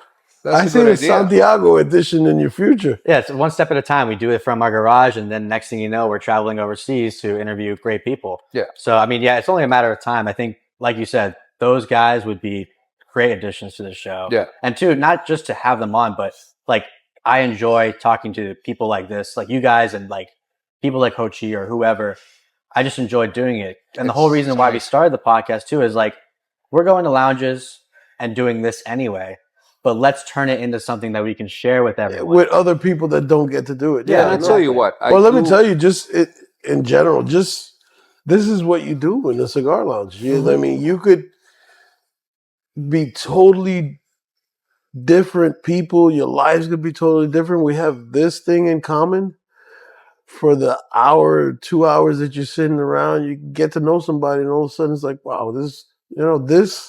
I consider this a modern day peace pipe. There's nothing like it. Blow smoke, No. just chill, unwind, relax. Nobody's you know what? pretentious. Nobody cares what you have, who you are. Nobody gives 2 shits. Yeah, I agree. Nobody gives 2 shits. Yeah. I mean, and you realize how much you have in common with people that you think are like, oh, that guy's like an A-list celebrities, and they want to sit down and relax and Yeah. blow There's a reason smoke. they're coming here. Yeah. To be, like considered normal again. Cigars Right. bring you. It gives them normalcy. Yeah. Yeah. Even the Tate brothers, great guys, controversial, but dude, the nicest freaking guys when they came here. I mean, yeah, okay, that showed up with 4 security, but even the security is like, oh, we look forward to when they say let's go to Empire because they can relax. Yeah. And these guys could just sit in here, chill out. Yeah. I've been in here one night. I was actually off. I'm never off. But I was in here relaxing. Let's just say civilian clothes. And I looked around and had Alonzo Mourning, Jim Jackson, who's else? Anthony Cedric Mackie. the Entertainer. We had Anthony Mackie. Anthony Mackie, who's Tony Stark's Iron Man. Yeah. I can't believe we forgot Iron Man himself, you're saying? Yeah. Robert Downey Jr. Robert Downey Jr. in here, and I just looked around. I was like, holy shit, this is pretty freaking cool. Let's close that door. But everybody was just bullshitting, smoking a cigar, laughing, watching the game, and just getting to unwind, which is what we all do this for. Well, that's cool. You said too, like even the security guards could be like, "Cool, now I get to be normal for a little bit. I can kind of chill." Yeah, I know they're going to be safe. I know there's going to be nobody running up to them, bothering them. Yeah, Justin Waller is here every other day. A lot of guys that now, with the newfound celebrity, with Instagram and stuff like that, there's so many people that are celebrities in their own right. But when they come into a cigar lounge, and ours in particular, they get to be chill. Yeah. When Big Papi comes in here and he's just himself and he wants to take a picture with you, it's pretty fucking cool. Yeah, it is cool. Yeah, it is very cool. And I really, I'm grateful I found cigars in my life so I could, aside from dropping the ash on myself, 'cause it's relaxing. It gets me to fucking unwind, blow smoke, decompress, and just get back to some type of normalcy in a crazy world. This world is nuts right now. I think everybody needs to smoke a fucking It's therapy cigar. for me. Yeah, well, it's truly a safe space for everyone. I mean, you just come in here, smoke a cigar, like you said. The rest of the world is on pause right now. Yeah. Don't worry about it. You're gonna go by the wayside. Yeah. I don't care what's going on outside. Exactly. Yeah. I always said that a cigar smoker may have saved a lot of money on therapy. Yeah, I agree with that. so true. Yeah. I think when you go I've been meaning to tell you. when you go to a cigar you lounge, still need therapy. I decided to tell you on the podcast. Well, I was gonna say too, maybe for guys like us, maybe we're not saving money. We might be spending more money. Yeah, no, We you're need right. to go. We need to go, right? I'm only here for the cigars. Actually, I get paid in cigars. I think when you're smoking a cigar and you go to a cigar lounge in particular, especially a favorite one like this, you walk in, you automatically have something in common with everyone around Correct. you. So it really doesn't matter who you are, as you said earlier. So it's more or less, hey, what are you smoking? Not what communal. are you doing? Yeah. What do you for work? How was your day? It's more or less, my day's great because I'm here at Empire and I'm smoking a cigar. It's funny. Byron and I have literally sat in these chairs and said nothing to each other for 45 minutes. We do it all the time. And it was like, you guys aren't even talking. It's I a was like, mutual this respect. is freaking awesome. Yeah. We don't want to talk. We want to relax. Exactly. So I have some clients here. They run multiple companies, and they're they have a lot. When they get here, the last thing they want to talk about is their business. Oh, of course, yeah. Exactly. And I had some of them had told me in the past, says, you know what, Byron, I like to sit with you because you're here having fun, and we talk about everything, and you don't talk to me about my job, my business, because what I want to do is forget about it. Yeah. Exactly. And it's interesting because I guess we all do. We all kind of want to come and, well, in our case, we work here, but Well, I was just saying, generally, you're here working already, so you don't want to be talking about work. Exactly. no, you don't want to talk about it, Exactly. and you don't want to get anybody to start talking about, what a day I had to do this. I need They to wanna talk to you forget. about renewing my membership. Shut up. Oh, Exactly. wait till I approach you. Exactly. Yeah, exactly. Like I'll come in here, ask you how your day's going, how's business, whatever. But I'm not gonna sit here and go, yeah. So I mean, like, Let's talk about this new strategy. Exactly. Yeah. No, dude. Like, listen. Also, that's none of my concern. Like, you have to deal with that. But yeah, I'm not gonna pester you about business. I just want to have a conversation like this. And personally, Let's have unless you fun. set up a meeting at a cigar lounge, it's Yeah. like if I invite Alex to go out to a cigar lounge, we're just hanging out. Sometimes we may not speak for 30 minutes because we enjoy the cigar. Yeah. We just want to relax. And sometimes it might. That's literally my favorite time of a cigar, is just where there's no words and you just go. Yeah. And sometimes it might turn into a meeting organically, and it's like, cool, but we're That's not okay. setting it up. And, Whatever. But we've seen like $1 million deals. Yeah.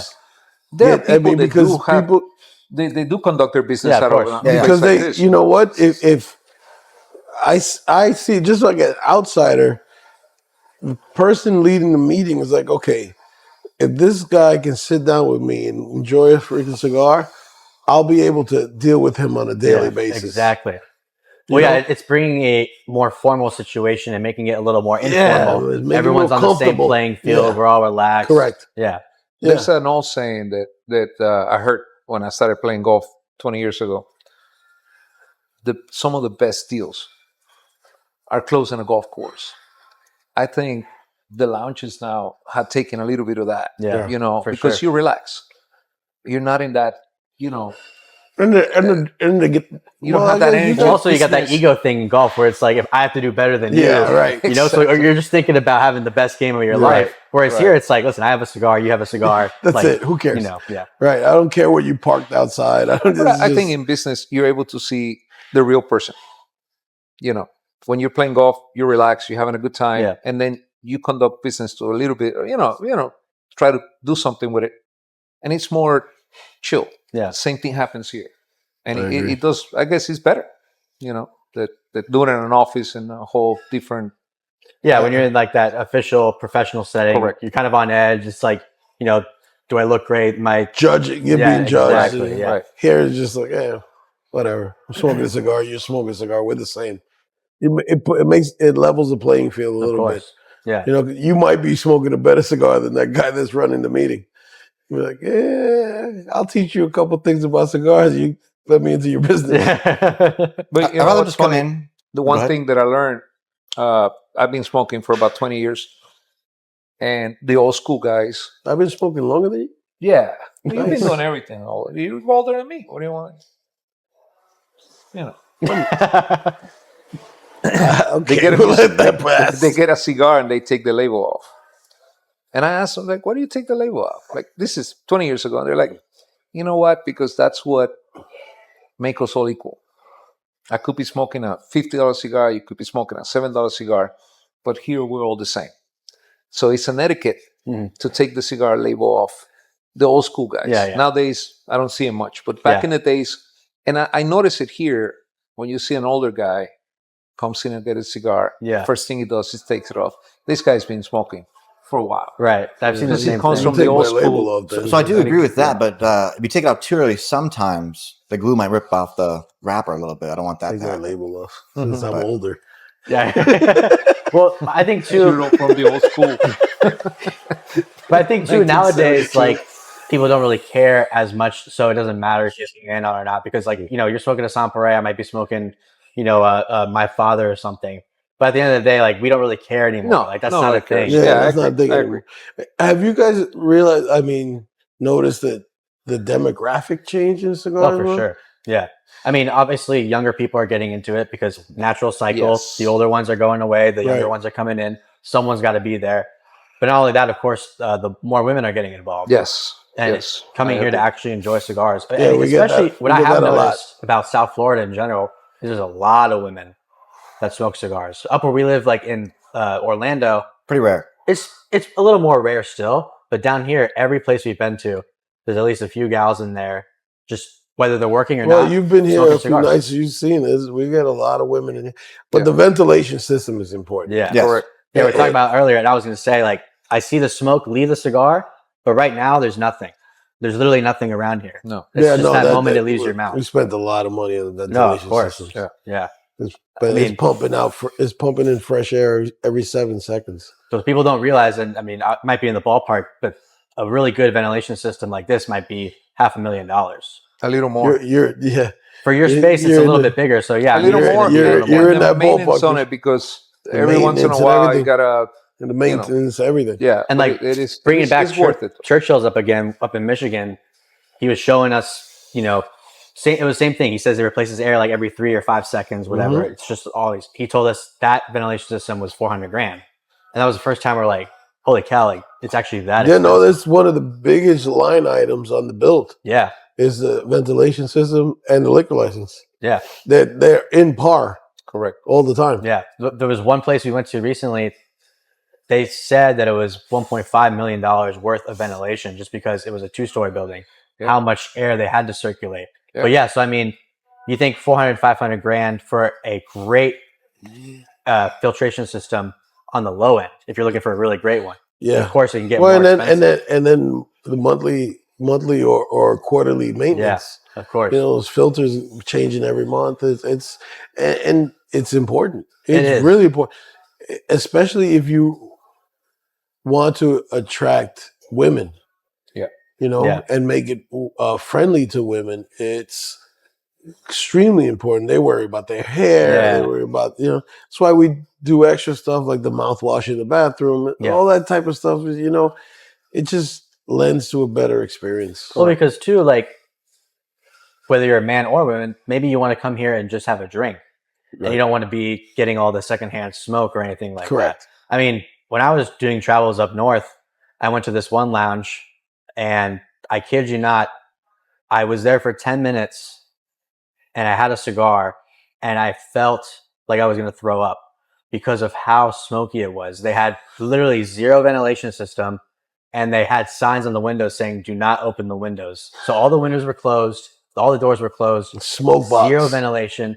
I felt myself getting sick. Wow. After 10 minutes just sitting there. Well, after being part of this company for like, going on 7 years, when I go to, and I like going to little mom and pop shops, immediately I'm like, my eyes are watering and stuff like that, because it's like you get so used to smoking in a place where the smoke does not stay in your face. It makes a big difference. Well, you can come into a place like this, walk in, buy a cigar, leave, and no one would know any better. But there's some places you go into, and it's happened to me. I will go buy a cigar. I'm in there for 2 minutes. I go back home. I'm like, dude, I smell like I just smoked 5 cigars. Yeah, It's and that you bad. didn't even sit down and smoke. Exactly. Yeah. Yeah. I think the ventilation is probably one of the most important things. Yeah, I agree. You know, Ventilation and staff. Yeah, 100%. I think that to sum that all up, I mean, people really don't realize the amount of time, money, and effort that does go into opening a place like this. Same thing with brands. A lot of people want to have a brand or start a lounge. And what we've seen is a lot of brands pop up, but after a year, they kind of fizzle out. We've seen that a lot with lounges in Central Florida. New lounge pops up, then they go away, because really you have to understand the investment that goes into a place like this. It's not like opening up a food truck. Right. There's so much time, money, and effort that has to go into this. A lot. That's true. A lot. I mean, well, look, Byron got here yesterday, what? 11 in the morning. 11 around o'clock. 2. I mean, yeah, left at 2 o'clock in the morning, you know, because we wanted to make sure that the event went smoothly for our guests. Yeah. You know, and we're not like we're out digging a ditch. You know, it's enjoyable. You're having a cigar, you get to drink whatever you want. But I mean, you have to dedicate time. Yeah, exactly. It takes a lot of time, dedication, energy. I mean, I wouldn't complain either way, because I would be paying to be in here. So it's much better to get to run the playlist at least. Yeah, you're either trading your money or you're trading your time and labor. So it's like, which one? And time's the only thing you can't get back, buddy. Yeah. The money will come and go. Yeah, Exactly. Alex and I figured if we weren't working in the industry, we would spend a lot of time Of course. smoking anyway somewhere. Exactly. Yeah. So at least we're here killing 2 birds with 1 stone, right? Yeah. Like we're working and enjoying. Yeah, now you don't have to juggle Our the job hobbies. and your hobby. It's all Exactly. kind of the same exactly. thing. That's the thing. Well, And listen, this commercial is sponsored Yes. by Closet Zone. Johnny, thank you. and I want to thank you for sharing that with us. Yeah, thank you. First of all, it's always great to have you. a nice shot of Closet Azul, especially with people that we love and appreciate. Thank you for, we're almost hitting 2 hours on this I show. didn't even It was- realize it was Time 2 flies. hours, man. Time flies when you're having fun, Really? but I want to officially, Time flies when you're smoking cigars. thank you guys for hosting us twice, well, actually 3 times now, for a previous show and of course the Sampere event. I mean, the first time we came here, we left and Jared and I were just like, Mind blown. dude, I wish we could come here more often. I wish we lived closer so we could be here all the time. The impression you left on us for our first time was outstanding. There's nothing like it. So truly, when we want to work with you and do stuff with you and show what Empire Social is all about, is because we love what you're doing. We love you guys and how you treat us like family. So really appreciate you for spending time I with us. and treated you doing like this. family. You guys have become family. Thank you. I mean, for course. real. Honestly, you guys two genuine dudes. Like I said before this, I don't do podcasts. I mean, I shake enough hands and kiss enough babies on a regular basis. But for real, like, you guys are real genuine guys, and I love what you're doing. I saw a few of your episodes. I was like, yeah, you know what? I'm gonna check this out. Yeah, we respect that. Yeah, too, we respect that. Like being able to put all this out there. Yeah, and being out there with real people, you know, that you can. Like, cameras or not, I would be sitting. I have been sitting down smoking a freaking cigar with you anyway. Of course. I mean, at the end of the day, the reason I bring on specific people onto the show, and this is kind of like what Joe Rogan said before, but I only want to talk with people that I actually want to talk to. Right. So like you said, the cameras aren't on, we're still going to be hanging out regardless. Correct. I don't want to have a show where I'm not enjoying the conversation. It's forced. It's forced. Correct. So every show we do, I really try to bring on people that I would want to talk to regardless. Not just that, it's going to ruin your fucking cigar. Yeah. But then it becomes work. Yeah. You know? That's true. Like, that's true. So that's true. Again, seriously, appreciate you guys very much for having us here, being on the show. We've had a great time. And the we're looking forward to your beard game is ridiculous, I gotta say. That beard game is tight. Best beards in the cigar industry right here. Yeah, you should put that out there. The best beard in cigar You heard it game. here first. Those two guys. Endorsed by Empire Social. We co-signed that. Yeah. This has been great, and we really appreciate the time you guys spent. Our staff couldn't stop talking about how nice you guys were. I'm glad to hear that. Which to me is everything. Of course. I'm very glad to hear that. That means a lot. You know, Thank you. I don't want to hear those girls complaining. No, and likewise with your staff. I mean, everyone here is like, whoever it is, whether it's you guys or the bartenders, the staff here, all superstars here. Seriously. Well, you know what? We work hard at that, so I really appreciate that, because it's, you know, you're gonna be here for 2-3 hours. It's extremely important to get a smiling face or somebody when you come back on a regular basis, knows what it is you drink, remembers you, gives you that attention. That goes a long way. I mean, It does.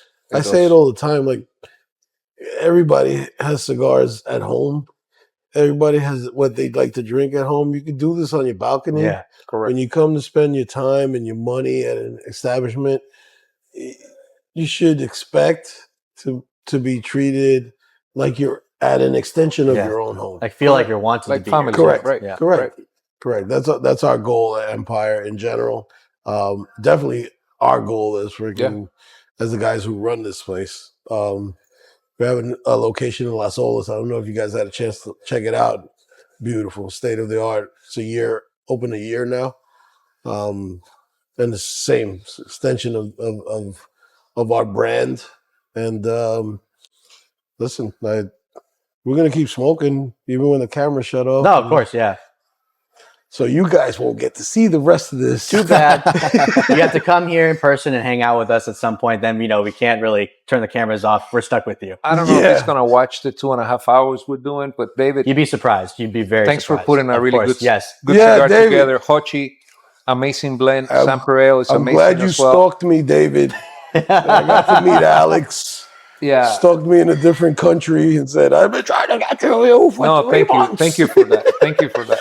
Yes. No, and thank you for having you guys representing the brand as well, because it's No, you're doing a great job, and everybody's very happy about everything. To a great brand, really, genuinely, no cameras or not.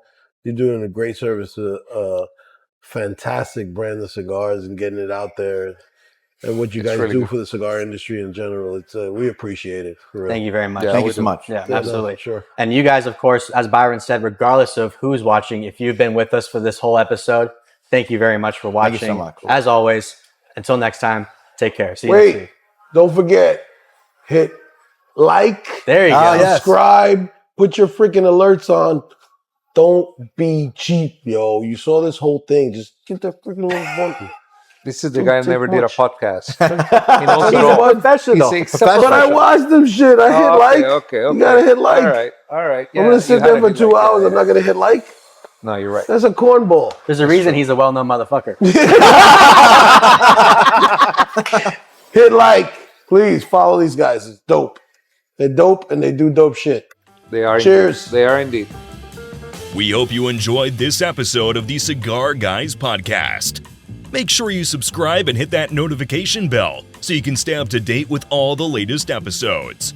Looking for short form content? Check out all our social media accounts in the description below. And now, a final word from our sponsors. What if every cigar was considered vintage? What if every cigar that we made was that perfect experience? And so that passion drove us to create Sans Pareil, a cigar without equal. The inspiration between Sans Pareil is 100% all about quality. Everything that we enjoy in our cigars, everything from the tasting notes to the burn, to the aroma, to the way the cigar lights, to the packaging, everything is focused on Sans Pareil cigars. And that's where we came up with our name, Sans Pareil, which is French for without equal, unparalleled. And we take every cigar that we make to that level, making sure that if it isn't something that inspires you to do something more, then it's not part of the portfolio, and that's what drives us every day.